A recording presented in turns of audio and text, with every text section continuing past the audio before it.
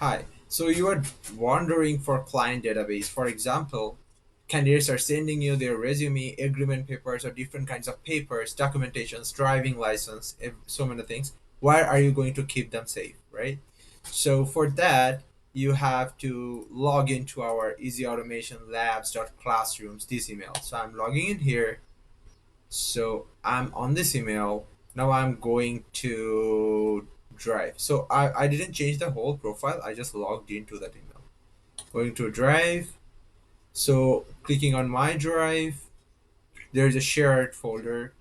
If you click on shared, there are job recruiting process in the shared one, right? So go there and you will be able to see all the details here.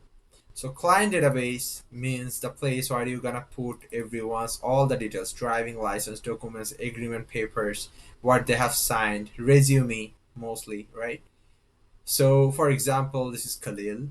We have put his resume and everything here, all the documentations he signed and give us.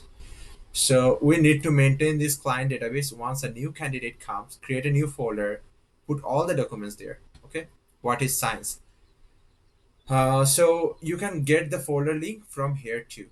Like from our daily task sheet, there is a client database link. If you click on this link, it's gonna bring you in the same folder. But make sure you are you are logged in the easyautomationlabs.classrooms email, right? Otherwise, you will not be able to see that because it is a restricted folder.